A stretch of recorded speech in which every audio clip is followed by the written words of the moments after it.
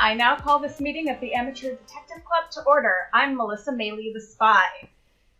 I'm Tyler Riley, cop and a half. I'm Tristan Miller, the saucy sleuth. Today's show is brought to you by Audible. Audible is offering our listeners a free audiobook with a 30-day trial membership. Just go to audibletrial.com/adcpod and browse the unmatched selection of audio programs. Download a title free and start listening. It's that easy. Go to audibletrial.com/adcpod. There's an Audible exclusive. Let me bring it up. I think about Sir Arthur Conan Doyle. Oh. Famously, it's just called The Real Sherlock. I haven't dipped into it yet, but you might want to take a look at that if you like mysteries. All of my life has been a mystery.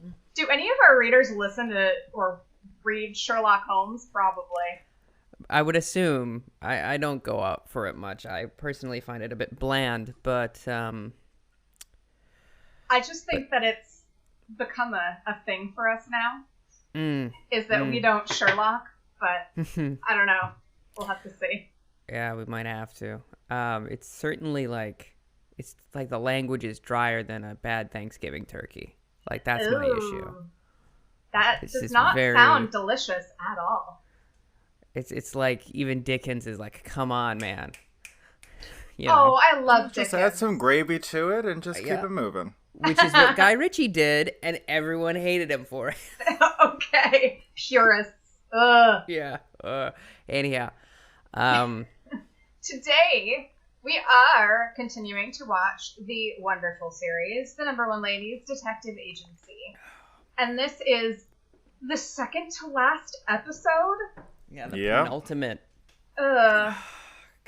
It is season 1, episode 6 or 5, depending on what you're looking at. Beauty and Integrity. It's 6, according to the official DVD. Yeah. IMDb is a Rome. I don't know. Yeah, for some reason they don't count the pilot. Do they count it as like a TV movie? Is that what it is? I think so. I think it's kind of similar to Murder, She Wrote. Yeah. They do. The series does not. Like, nobody does it but IMDb. Yeah. Clearly. I mean, that makes sense. IMDb is not known for its accuracy a lot of the time. Yeah. Well, with certain things, yeah, for sure. Height. Yeah. Bad at height. Well, you can edit your own stuff, so. Yeah, that's the thing. It's like, I think my Hollywood height, baby. Yeah, I think my IMDb says I'm 5'2". That is not correct. But I wrote it. Actually at 5'3", if you can believe. No. No, I'm like 5'1" and a quarter. 1 1/4? Yeah, maybe. I just rounded up. I mean, mine's pretty accurate. 6'5", 270 pounds. Yeah. And your name is Dwayne The Rock Johnson. Yeah. Mine's at my perfect lie, which is that I'm 5'9", which is... Oh. Yeah, which is believable, but not accurate. Oh gosh, the cold open is so... It's wordless, which is fun. I said that, and it sounded like I was being sarcastic, but I wasn't. It actually is fun. But heartbreaking fun. Because what happens? Heartbreaking fun. The No. 1 Ladies Detective Agency. Yeah, absolutely. Sounds like many a college party I've been to. Or any party, really. So, it opens, and Precious Ramotswe is, she seems unsettled. She's sitting down at a table, I believe, at the beginning. And she gets up and she goes to the phone. And then the phone rings at JLB's place. And he hears it.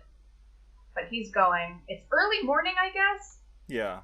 And he is going out to his truck. And he considers for a moment picking up the phone, going back inside. But he doesn't. And he gets in the car.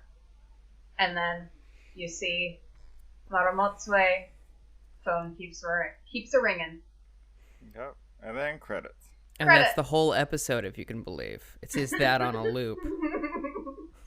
And I would have been fine with that. I know, right? For an hour. It's very avant-garde. So then we go to, is it BK's place first? Or is it the agency first? Can't remember. It's the agency first, because we are clearing out the chickens. Right. They're not inside. You ever thrown a chicken? No. Nope. It's really fun. You've thrown... Well, they fly. Chickens fly. You scoop them up, and quite gently, the same way you would, like, play with an animal. You'd throw it, and you'd throw them up, and then they fly a little bit, and, it's fun. Oh, like a dove release, I guess. Yeah. It's not like overhead. It's not like I've thrown a chicken at a wall or anything. I didn't have a football, so I threw a chicken instead. Yep. Throwing around the old chicken skin in the backyard with Pop. Yep. Come here, boy. Give me those giblets. Let's see what we can do with them. Oh, no. So they get settled inside the office, and we hear the shouting from Mr. Patel, who runs up in their agency. Such a fun character. I'm sorry. And he's, again, just, like, really on top of them about finding out who his daughter has been seeing on the sly. And he found this note, apparently, from this boy Jack. And it was filled with kisses. There were a bunch of X's on the page, and he was not having it. Not at all. No, and it was an adorable note between two teenagers. It was real sweet. Yeah. And Maramotsue very much obviously is like, this is the dumbest thing I've ever had to investigate, in that, it's the teenager being a teenager. Yeah. Like, she... Lost dogs sound pretty good right now to Maramotsue. Exactly right. That's exactly right. And so she then... he then threatens to go to the competitor, the other detective agency in town. And she says, "Oh, what?" Uh-huh. And then you get, like, this really cool shot of Cephas Boutalesi, who is the other detective. And the music that is scoring his debut is fantastic. Yeah. He's clearly modeled himself after, like, 70s detective movies with his like, slick blazer and his hair. And he's like, yes, I lived in New York. And it's, like, very clear that that's what he's going for. It's so fun.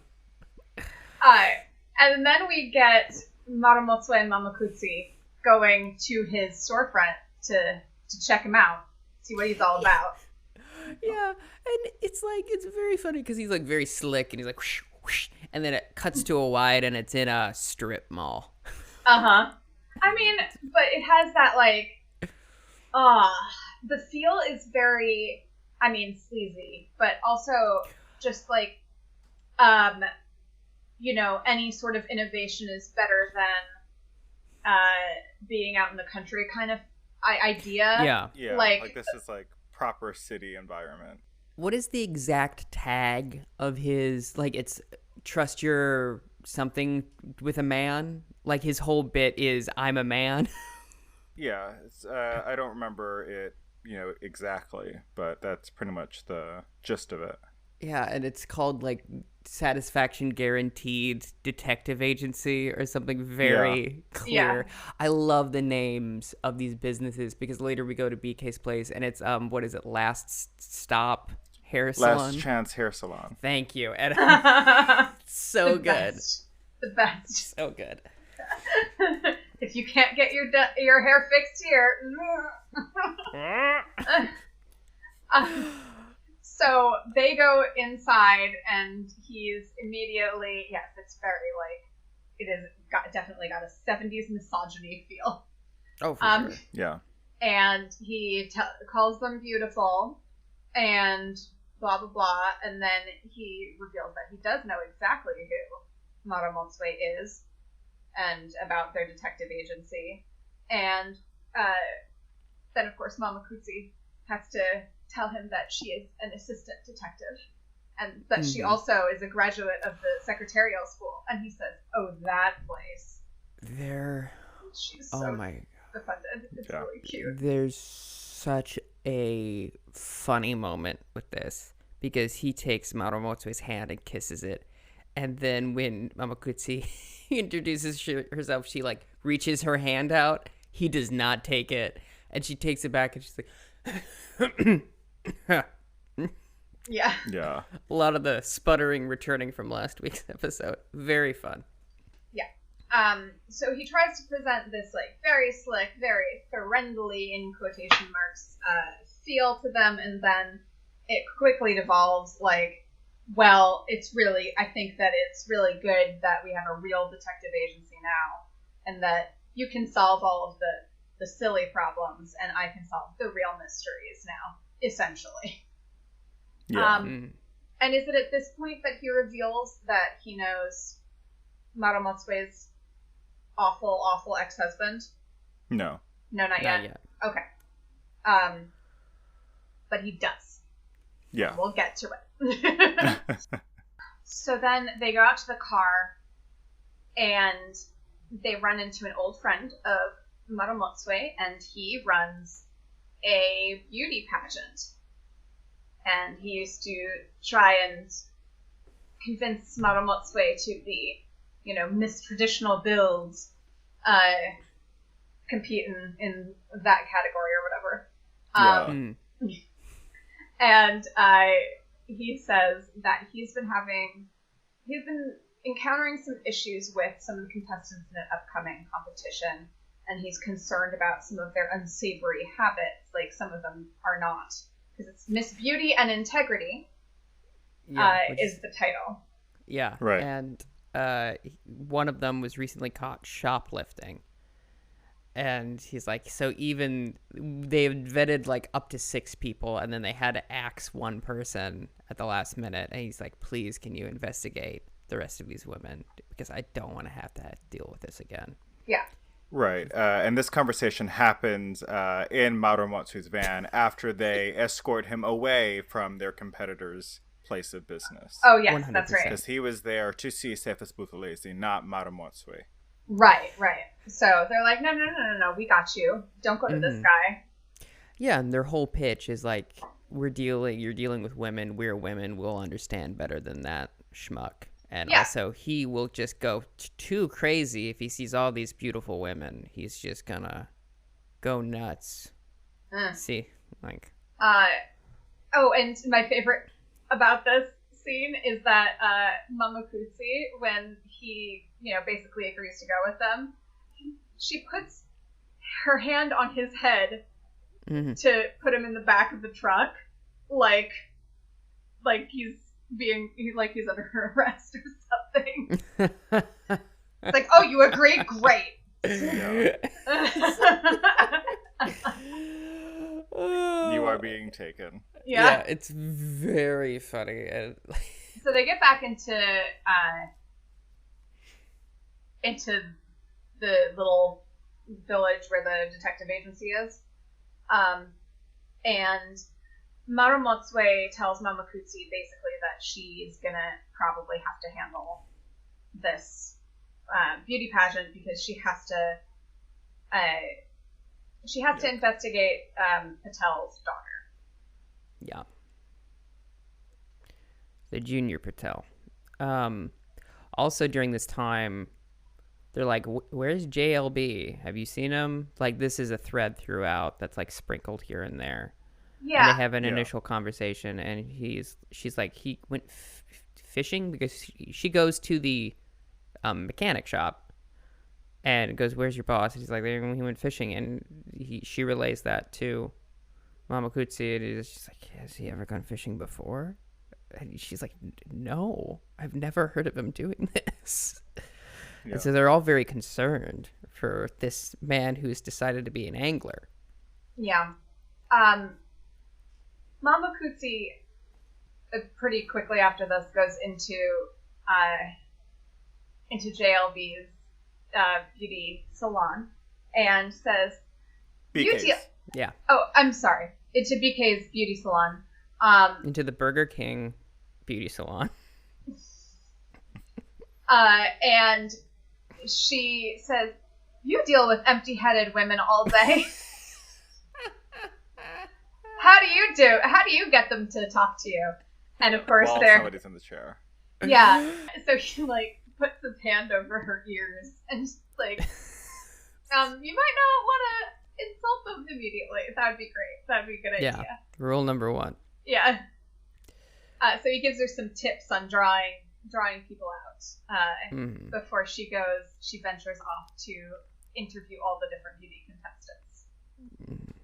And she says she's going to be objective and logical because she does have a chip on her shoulder from when she was at the secretarial school when there were a bunch of hotties getting good grades and she had to work very hard, which is... I think that, I mean, I understand, like, because not because there were a bunch of hotties, because there were a bunch of, I don't know how to put this, women that were, like, she describes, like, high slits and skirts and stuff like that were, like, being provocative in order to get good grades, I suppose. Women who had problems with their moral philosophy. Yeah. Whereas, like, she worked very hard and blah blah blah, and it's like the reason I have a problem with this argument is Anika Noni Rose is just so cute, and it's just like if it was only looks alone, I don't know. I mean, so it must be the provocative dressing. I hear what you're saying, and she is a beautiful woman, but like there are beautiful women who are more conservatively dressed, and then you have women who are equally as beautiful who let a little bit more skin show, and men tend to gravitate to one over the other. I mean, you've seen The Princess Diaries, right, Tristan? I would imagine. Yeah. Several times. Of course. It's like that. I guess. You put glasses on, and you take glasses off. Oh, the 90s pretty girl problem. It's the 90s pretty girl problem. I see. Glasses and paint-stained overalls. Like, you can't do it because you're not pretty. No. So stupid. Yes, which is really funny considering that both of those things are, like, in style nowadays with the young people. Yeah. Yeah. And it's also, like, the Ugly Betty problem as well. America Ferrera is gorgeous. You know? And it's the same thing. Yeah, it's Betty rather... was still pretty, but like she just wasn't hot. Remember when there was a bunch of shows where that was the whole bit? It was like, look, this woman is unconventionally attractive, and yet she has a job somehow. It was like, yeah, dude. Yeah. Oh my goodness. Don't know if you've ever been in a singular workplace. And I suppose they were written for people from Hollywood, so they probably don't understand that there aren't nice looking people around that do work hard and shouldn't be judged. Anyhow, this is so she begins her investigation of all these women. Yeah. And the first place she goes to the technical college? No. No. She first practices at home with her brother. Oh, Richard. right. Yes, I'm sorry. So in the cute. best scene, because she says the line, "You are so beautiful. You look beautiful today." And he's like, "Okay, thank you." And she goes, "Like Rihanna." And I had to pause the episode and go tell Christina what had just happened in the show. Does she not like Rihanna? No, we both love Rihanna. Oh, okay. Yeah, and it was just like my mind just was like, I don't know, like I got into some sort of state. It was so funny and so sweet. Yeah, it was. It was absolutely great. She gets mad at her brother because he like keeps giving one-word responses, but she keeps asking questions that only require one word. Like BK did not teach her the open-ended question. Yeah. No, clearly Once not. again, clearly she's never worked at a GameStop. So then she goes to the technical college, is that right? Or Yes. Okay. And well, I mean, this happens along with Marumatsui tailing Nandira Patel. Yeah. Mm-hmm. So, like it's all happening, like, kind of back and forth. So it doesn't really matter who goes first. Yeah.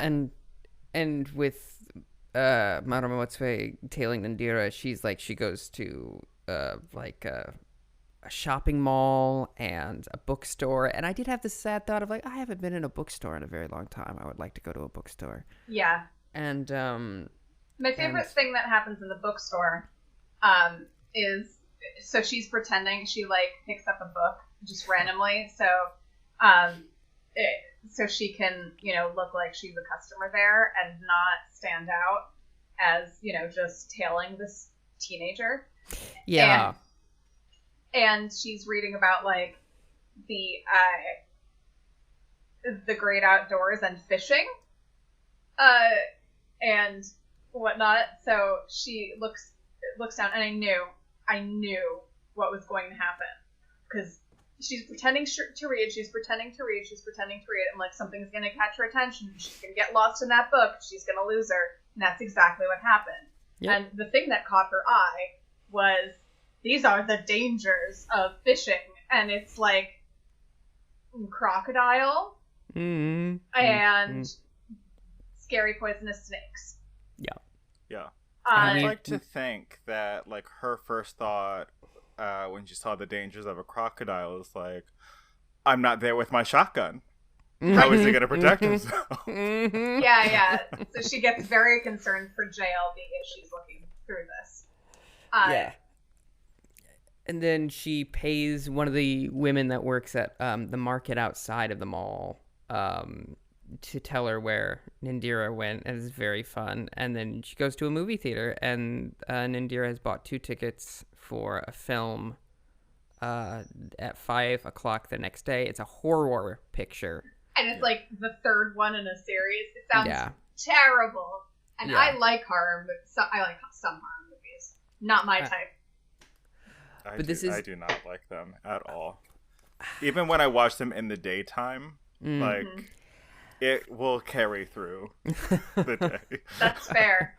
Is this also where we get where JLB is at too, or is that later on? I just want to make. We get it interspersed. Okay. Throughout, like, real places and, like, memorable places. Okay.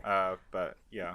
Okay, he's fishing on the bank, and he meets this older man who quickly scopes that JLB has never been fishing in his life. And he's like, I'll teach you how to fish. And I'm like, it's like the proverb. He's gonna live for a lifetime. He's gonna eat for a lifetime. Oh, teach a man to fish, exactly. Yeah. And they get into it about, like, talking about relationships and whatnot. And he's like, well, what if you love someone and they don't, love you back? And the old man is like, well, then the river is a great companion for the rest of your life. And you just see JL be like, ding dang it. I'm gonna be this old man. I mean, Riv her. Oh boy. You're getting out of a job. My job security is threatened. Then we finally get to the technical college, which has the best character. The security guard is so fun. Oh.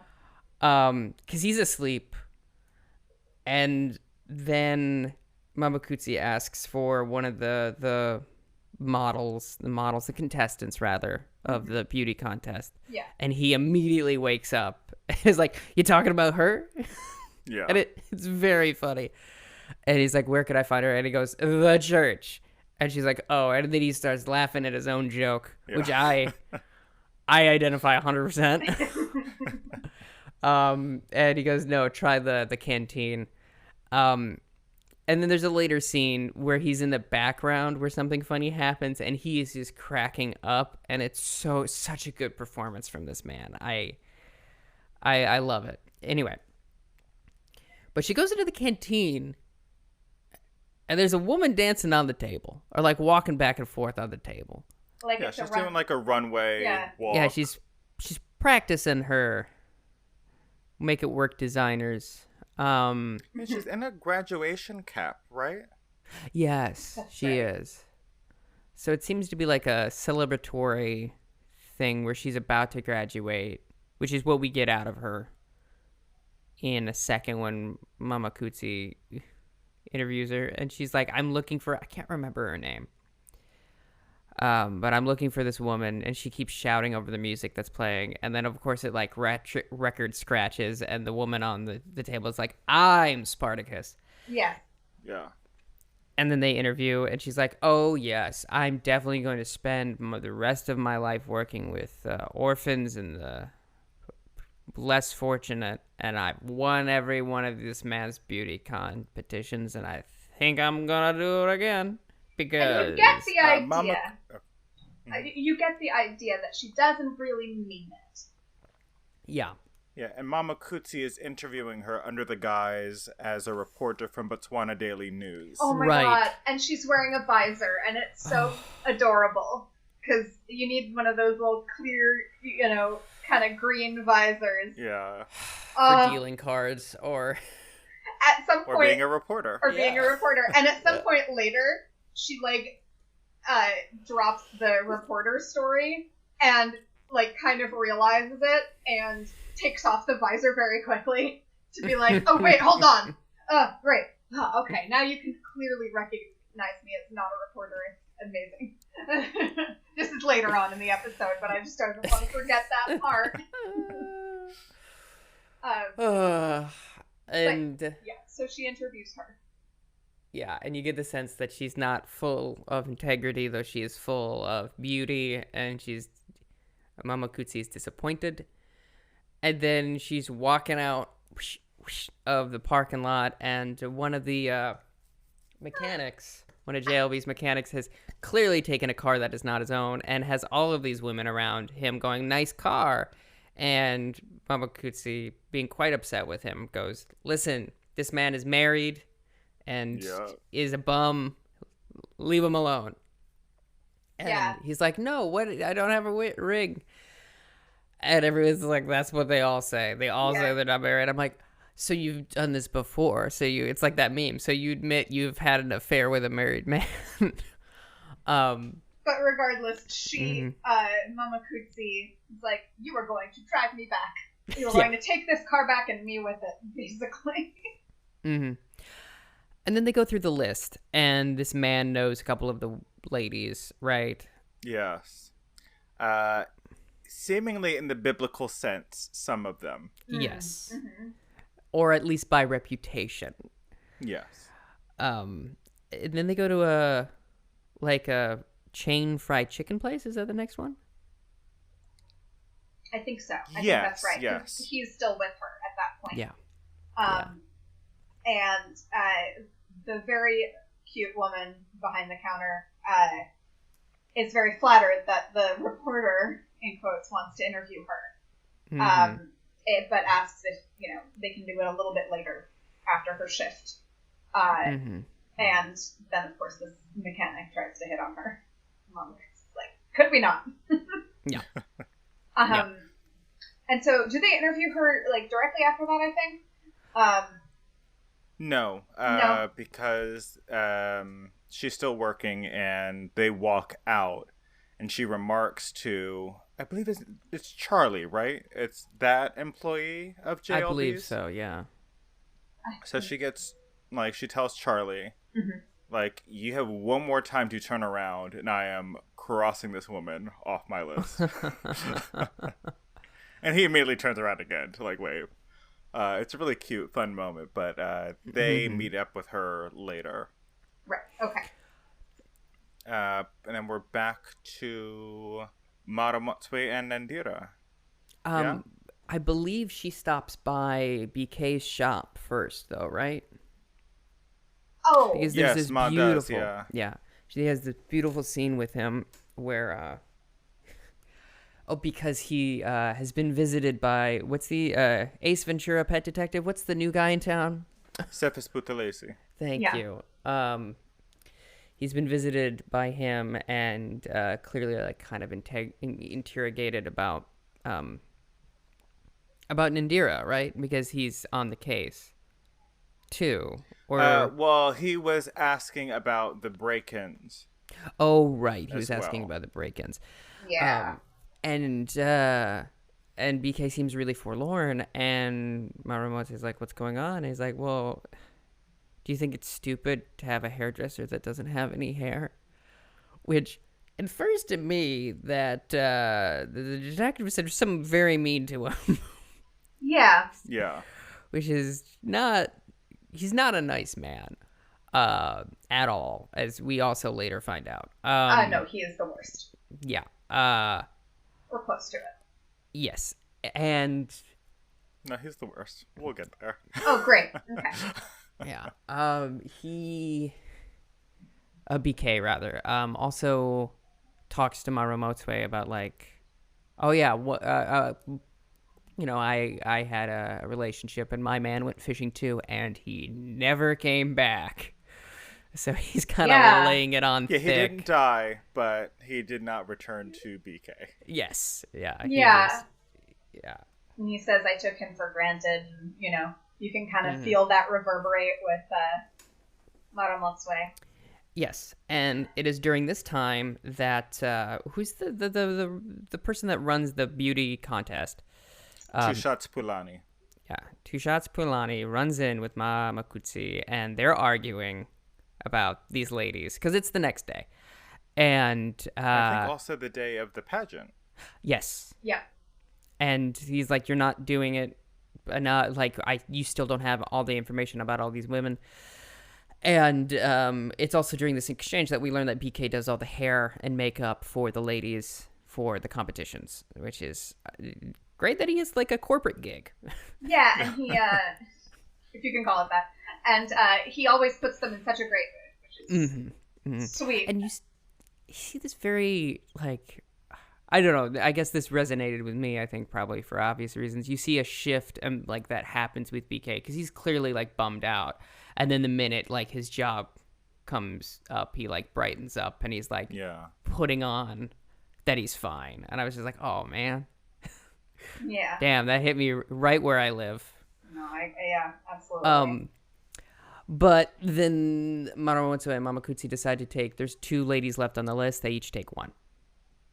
Right. And Marumoto is still tracing Nandira. Yes. And I don't remember what order this happens in, but Mamakutsi goes to see a contestant named Patricia, and first Arquette, if you can believe. Runs into her mother and aunt first, and the mother is like, I told her she's not competing in that contest anymore. This is not good for her. And her aunt's like, oh, come off it. Just let her do it. I made this dress for her. And then she meets Patricia, who is very sweet. And she says that, please don't laugh, but my great ambition is to go to the secretary school. And Ama Makutsi is totally sold on her. She's like, I have got it. This is the best one. She should be the winner. This is my pick. I win detective work today. And then who does Mamakutsi Marumoto interview? Marumoto interviews, I don't remember the woman's name, but she works at a pharmacy in town. Right. And she has only entered the contest because she thinks that it's BS that men are deciding what integrity is in a woman. Yes. And she plans to let them know in no uncertain terms if she is chosen and is given the platform to speak at this contest. Yes. Which is so great because, of course, that is exactly the right person for Marumoto to interview and be like, yeah, she's the best. Love her. Yeah. Yep. And then Marumoto goes to the movie theater to see the film, and Mamakutsi bumps into her, well, meets up with her rather, and is like, I found the one, she's gonna win, and Maruho would say is like, you don't get to decide, right? You're not in fact in charge in any way. And she's like, but yeah, but it's secretary sweet. college. Exactly. So yes, Maru Matsui goes to the movies and has a big bag of popcorn. God, I miss movie theaters. And what is clearly water in her soda cup, because you see her sip it and it's just like, oh, okay. Which is also like, I've gotten water at a movie theater. It could also be Sprite or some kind of clear soda. Vodka. So yeah, we are at Mr. Patel's house. And was it then? Yeah, like it looked like in one shot that she drove away from the house after dropping Nandira off, but I guess she just like circled back, so it looked like the drop off time and the time she went into the house was different. Yeah. Oh, I guess it was the same night. I thought it was like a later scene for some reason. No, it's the same night. Yes, because we also have the beauty pageant. Yeah. Succeeding this scene. Yeah. It's one of those episodes where the timeline is kind of unimportant for a lot of it. Because they're happening at parallel times. Like the whole thing is concurrent with each other. So it's just like intercut. So it kind of like, it doesn't really matter that much. Like roughly about this. Yeah. So they go to Mr. Patel's house. And Maru Matsui is telling Mr. Patel about Nandira and her beau, Jack.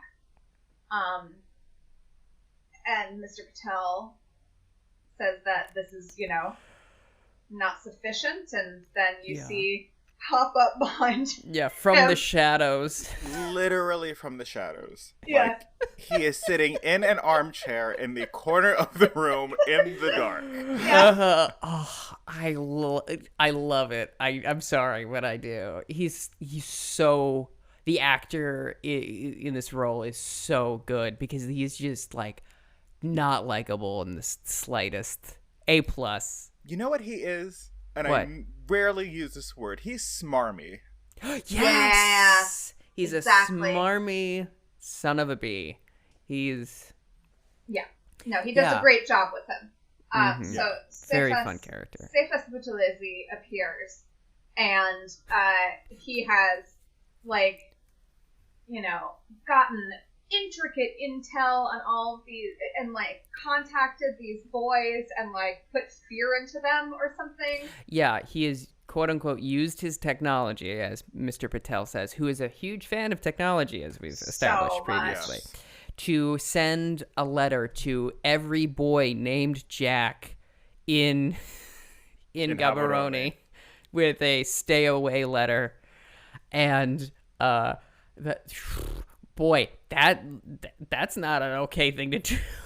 No. And it's really not. And then Nandira appears from her room. Oh, not yet. Not yet. I'm sorry. Oh. But sorry. So Maru Matsui is quick to be like, okay, and what next? If this boy is so lovesick, are you just gonna start hiring thugs to go beat this child? Mm-hmm. Yeah. And he's like, oh well, hopefully it won't come to that. And she's like, you know what? Let me clue you in on what I have really discovered. The boy ain't real. The boy is made up. He's fake. And then Cephas is pretty much just like, oh, well, she's only saying that because she's drawn a blank on the case. She doesn't really have any idea. Yeah. And she was like, and here's the Carfax. And she pulls out... And the JLB shows up and goes, it's a Toyota Camry. Amazing. Maru Matsui and her bag of receipts. That's what the next book is called. Yeah, the sequel. That's the bootleg version. she pulls out the original note that Mr. Patel had brought to her and says, take a look at this. And now take a look at this, and pulls out another pink piece of paper. And he says, you're fired. Had just written that friend of her phone numbers on. Right, okay. Yeah. And says, what boy do you know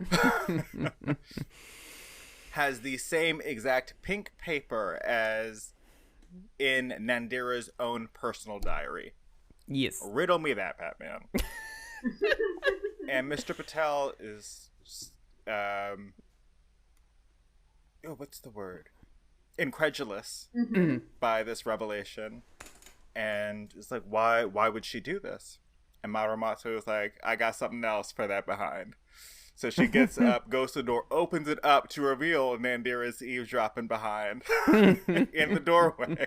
And she's like, perhaps you can explain to your father, because I'm getting real tired of this nonsense. Yeah. It's been a long 2 days. Yeah. And then Nandira, when confronted by her father, says, you have every inch of my life planned out for me. I just wanted one thing that was my own. One thing for me. And you even managed to ruin that, and storms off. Mr.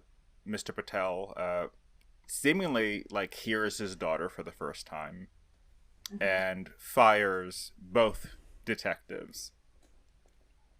And Maramotsue says, it's a good thing you fired me, because I was about to fire myself. And as she's on her way out the door, he says, your check will be in the mail. Yeah. As is right. And we should probably take a break here. I agree.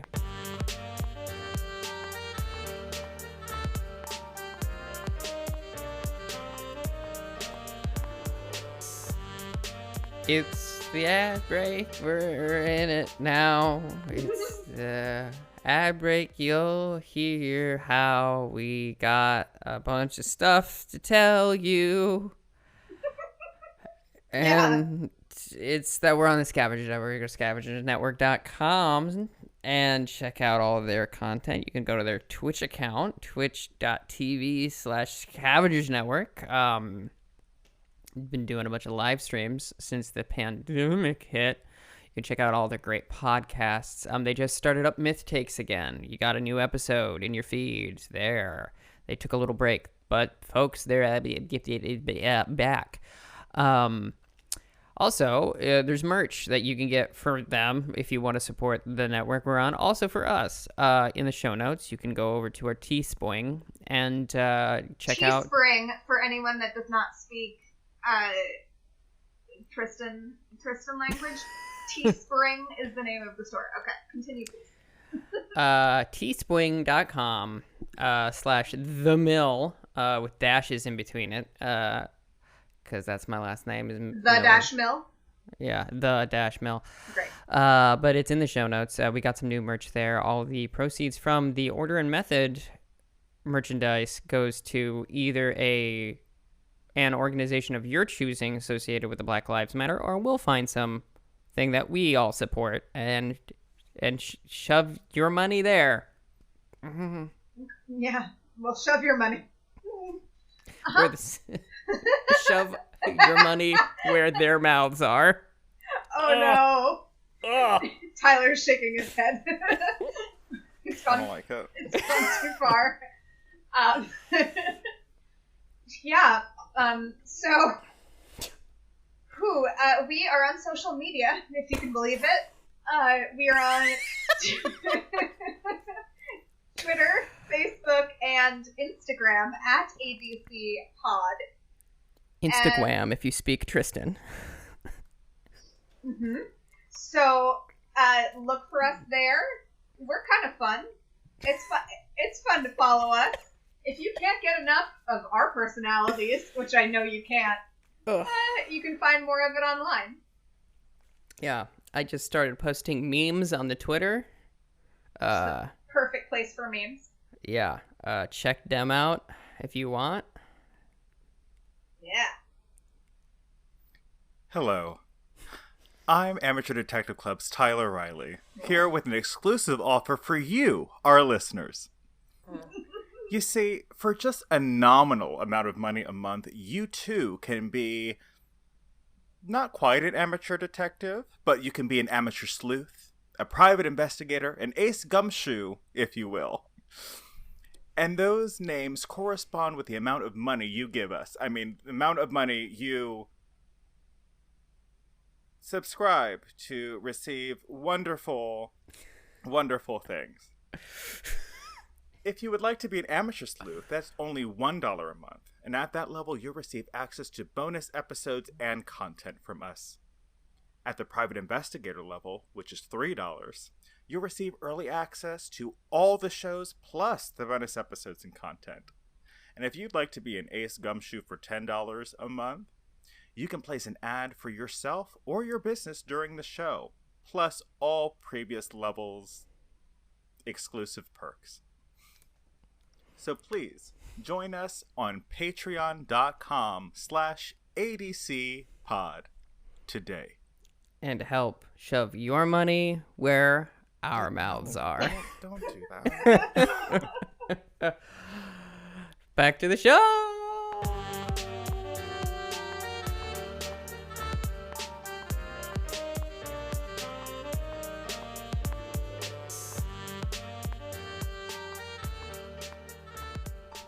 So the next part. Wow, what a great offers. Yeah. Oh my I God, got a question love for you. that. Do you write the copy, Tyler? I'm sorry? Do you write down the copy before you I say? do not. Oh, okay. Wow, very professional sounding. I try. Yeah. Uh, The next scene is terrifying. Yeah. And this Marumo. is why he's literally the worst human. Yes. Oh. Yeah. He's absolutely Yes. horrifying. So far. Yeah, so far. Marumotsue is driving to the beauty contest, having completed her investigation with Nandira Patel and Mr. Patel. yeah. She's driving. She gets cut off by this guy who's zipping. He's zooming. He's zapping. Zip, zap, zooey. Cuts her off. They almost both go off, the road in a bad way. And it's, oh my gosh, I can't remember his name. Sifus Buthelesi. Thank you. He comes out of his car and does this insane thing where he opens her door and starts yelling at her, this is like, we're talking about briefly horror films. This is scarier than anything in like Candyman or Midsummer. I'm sorry to interrupt and correct. I know it's semantics. Go for it. But for me, the thing that made it so scary was the fact that he wasn't yelling. Oh, sure. It was Sure. this Yes. this heated calm. Mm-hmm. Yeah. That is. Yeah, you definitely are right. scarier. Yeah, it's terrifying. And he then brings up the fact that he's spoken with the man that runs the beauty contest. Beauty contest. 2 Yeah. shots Polani. Boom, boom. Pop, pop. To bring Note Makoti Yes. back to a tour of Botswana, and of course, Notes Makoti is Marumotsue's terrible ex-husband. And I forgot to mention, there's this really beautiful scene because he mentions that they both know Notes earlier, and then there's this very brief, beautiful scene with Marumotsu putting on Notes' record that she still has, and being very emotional and kind of dancing with herself and being in her feelings about it. Yeah. Yeah, it's a very beautiful performance. And I'll say this, after he leaves and makes that threat, essentially, and drives off, we get some really good acting from Jill Scott in this scene, where she's very shaken up.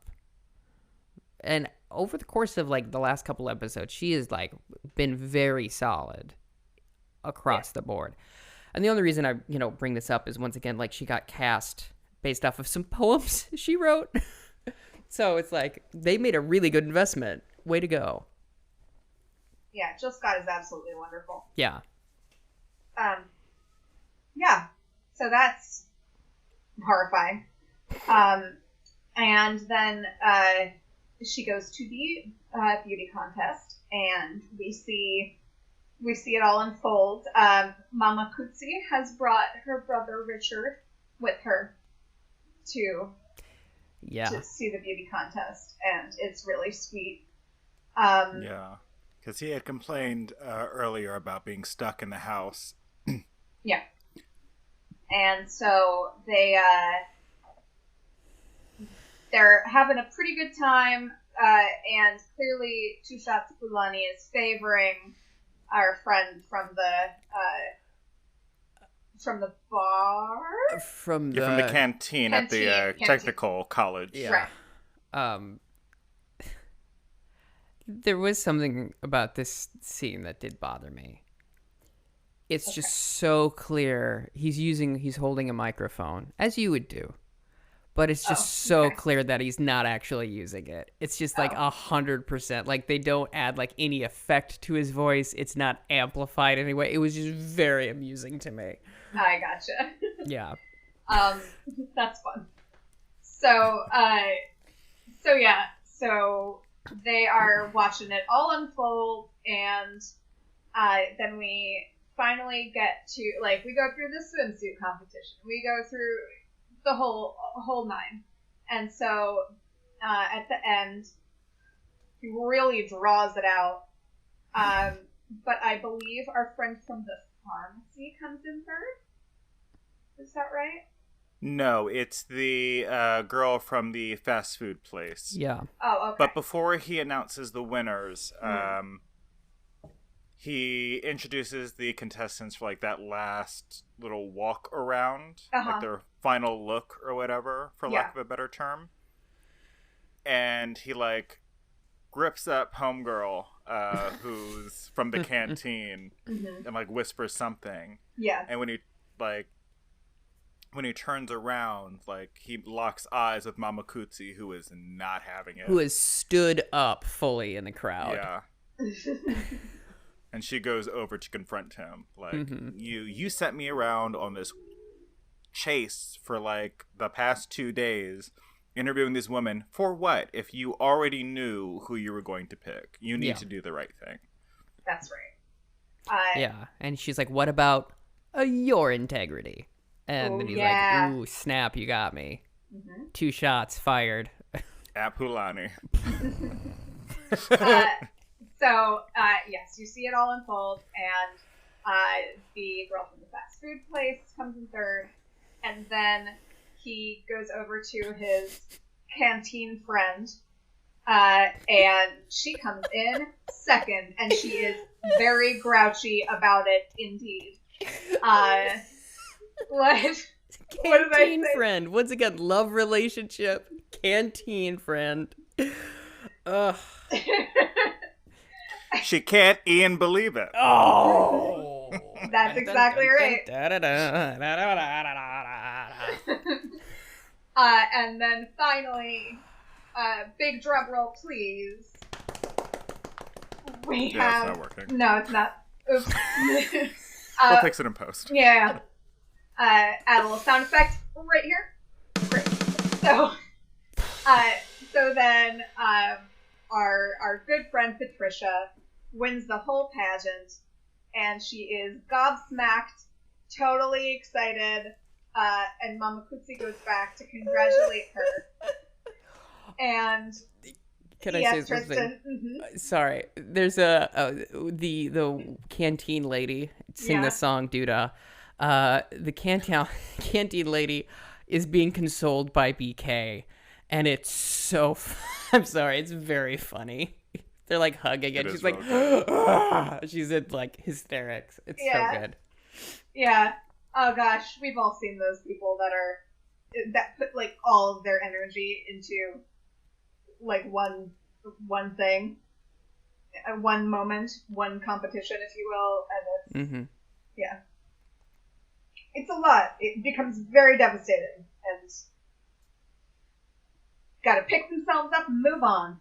But then Mama Kutsi is backstage, and the mom and the aunt are very excited, and they say, "Thank you. After your visit, we realized that it was a good idea to put her in the to let her be in the competition. She looked so beautiful in her blue dress." And then Mama Kutsi says, "And as an extra prize, I have arranged for you to have free tuition to the secretary school." And instead of being excited, Patricia says, "Oh, well, that was this morning. Now I have much bigger dreams." Ugh. She rips you right in half. Yeah. I laughed so hard. Because it's a setup to it's a punchline to a setup. Because like the minute she said that, I was like, she's gonna win and she's gonna say no thank you. Like it was, I don't know. I was like, obviously she's gonna have to have a change of heart. And it was just like, for me, I guess, it was just very satisfying knowing that I could write the show. Okay. Fair enough. That's fine. I don't know. Like it's very devastating for the character, but I think it's a joke. Do you not think it was a joke?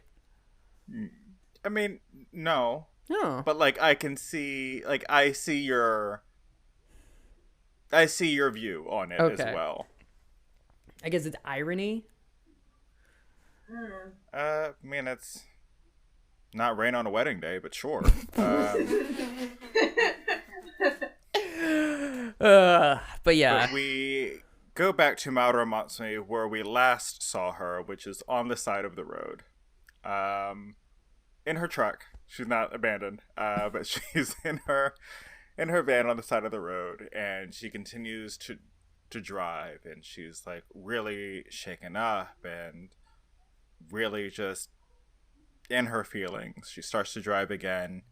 She looks up at when she gets to the intersection, she sees this sign on the road for the turn off to the Limpopo River, which is where JLB has been. And she decides to go for it. She decides to meet him at the river. She starts driving down the road. And who should pass her but JLB in his truck? They both drive past each other, looking at each other, and stop. Yeah, it's a beautifully composed shot. It's so good. It's lovely. It's really lovely. They both take a moment, and then they get out of their respective vehicles and meet in the middle of the road. Very dangerous, but very beautiful for this shot and scene. Yeah. Yeah. And she says that, you know, she didn't know if she would find him, but she thought she'd try. And he says something like, "Well, you did. You found me." And then he also like asks why she was looking for him, and she just goes, "I want you to ask me." And he's like, "What?" It's like, "I want you to ask me again." And then and he's like, "Just to make sure I understand what you mean." 100%. And she says, "I want you to ask me to marry you again." Sorry, Mom. And he does. He proposes to Mauro Matsui, and she says yes. And they embrace, and it's really beautiful. And it lifted my heart this week when I really needed it. Yes. Yeah. And then they drive back in his pickup truck. He's towing her car. Yeah. Beautiful. Yeah. Symbolism. Yeah. Oh, yeah. Hitched. Mm-hmm. Yeah. Da. But she's laying her head on his shoulders, and then you see kind of this realization in her eyes that there's something still wrong. Mm-hmm. She knows what it is, and seemingly Cephas Buthelezi knows what it is. But we can only surmise at this point that JLB does not know what it is. Right. Yeah. And credits. And we get an end shot of posters. Oh, yes. Plastered up all over town with note Makoti. Mm-hmm. Coming soon to a bar show near you. And then end credits. Yeah. Yeah, and then end credits. That last shot did kind of remind me of with Ma Romotsue. Kind of reminded me of The Graduate. The end of The Graduate, where they run off together, and then they're both like, "Oh, dang, what do we do now?" Oof. Yeah. Yeah, and I was like, "Oh no, is she having second thoughts?" And I don't think that's what is the case. But I was like, "Oh no." No, it's just that it doesn't fix. Yeah, it doesn't fix this very significant dark cloud of her awful ex-husband over the happy moment. Yes. Now, Tyler, last week you said you think I'm going to give this a 5 out of 5. I did. Why? Was it because of all the beautiful women? Was it because of the swimsuit competition? Do you think I am a pervert? Well, yes, but like that's not why.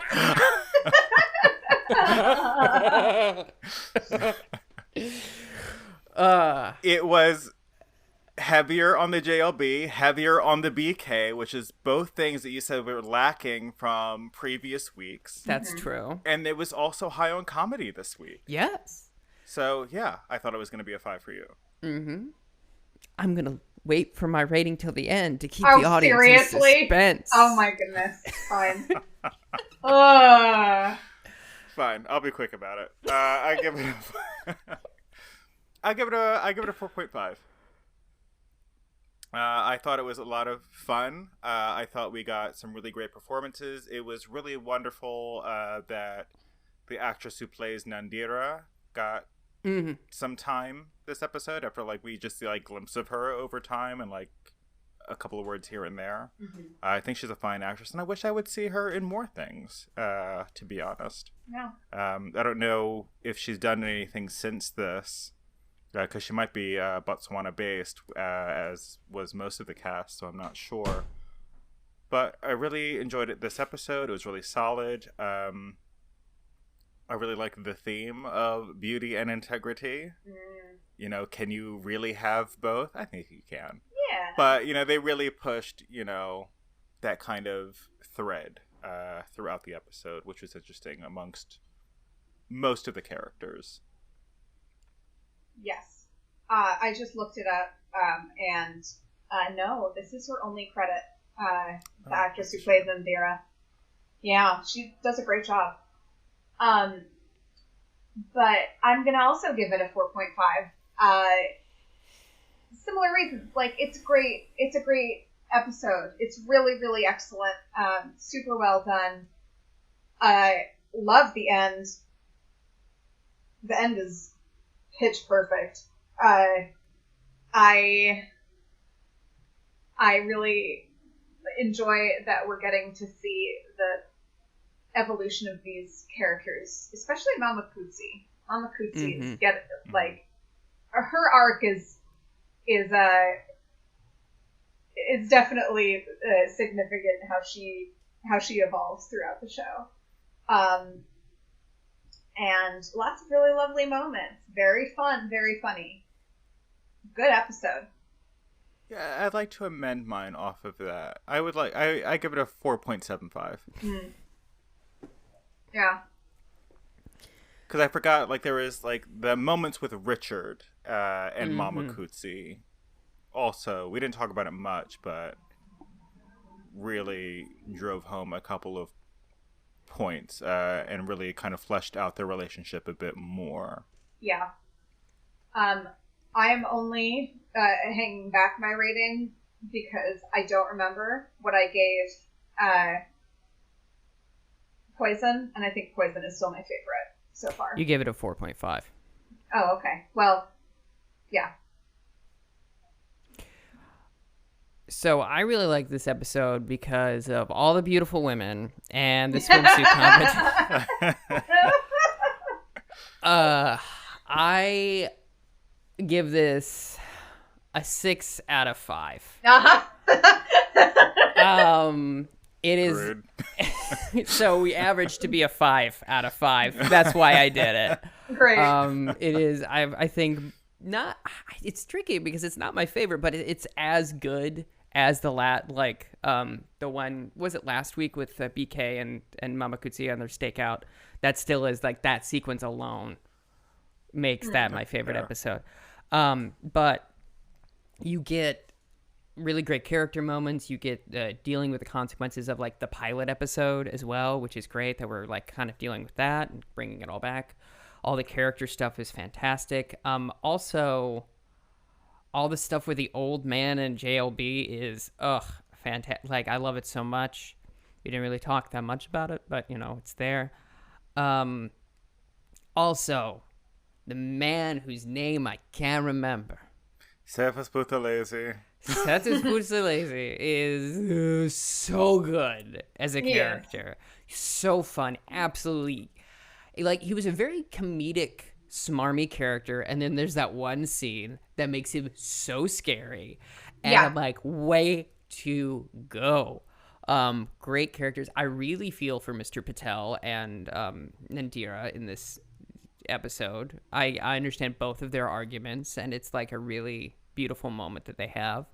And as you know, from day one, I was like, JLB and Maru Motoe gotta get together, and then we get that. And so I'm like, yep, all of my boxes were ticked. So I have one question. Do you think it's possible for a relationship to work if you have not dated the person and you immediately get engaged?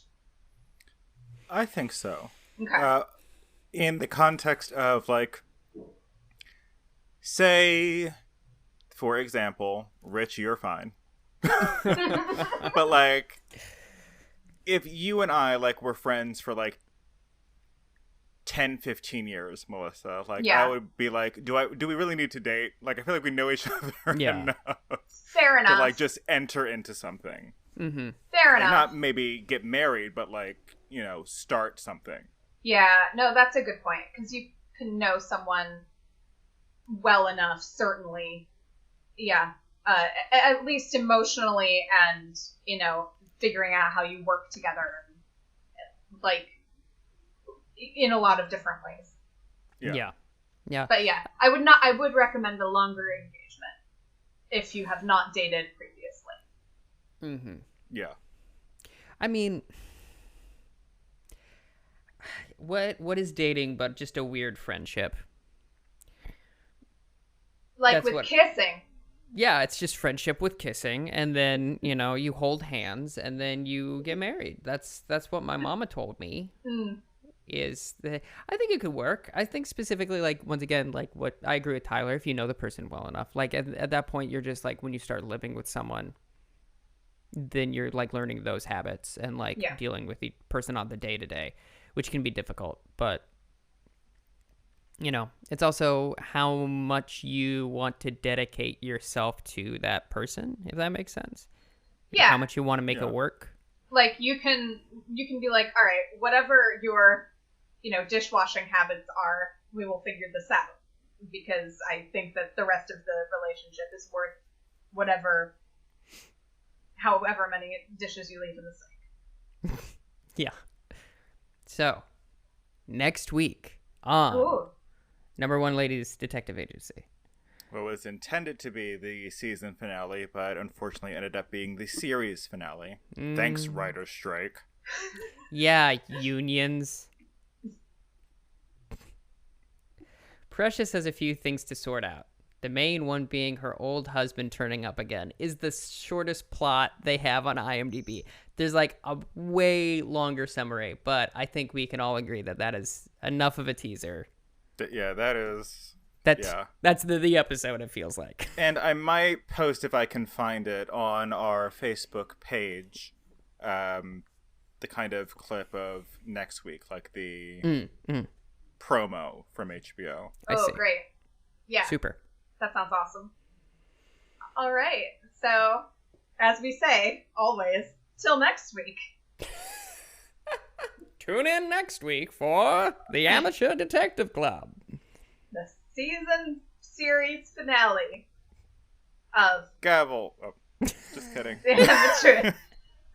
And I now call this meeting to a close. Gavel sound. She's beauty and she's grace. She'll punch you in the face.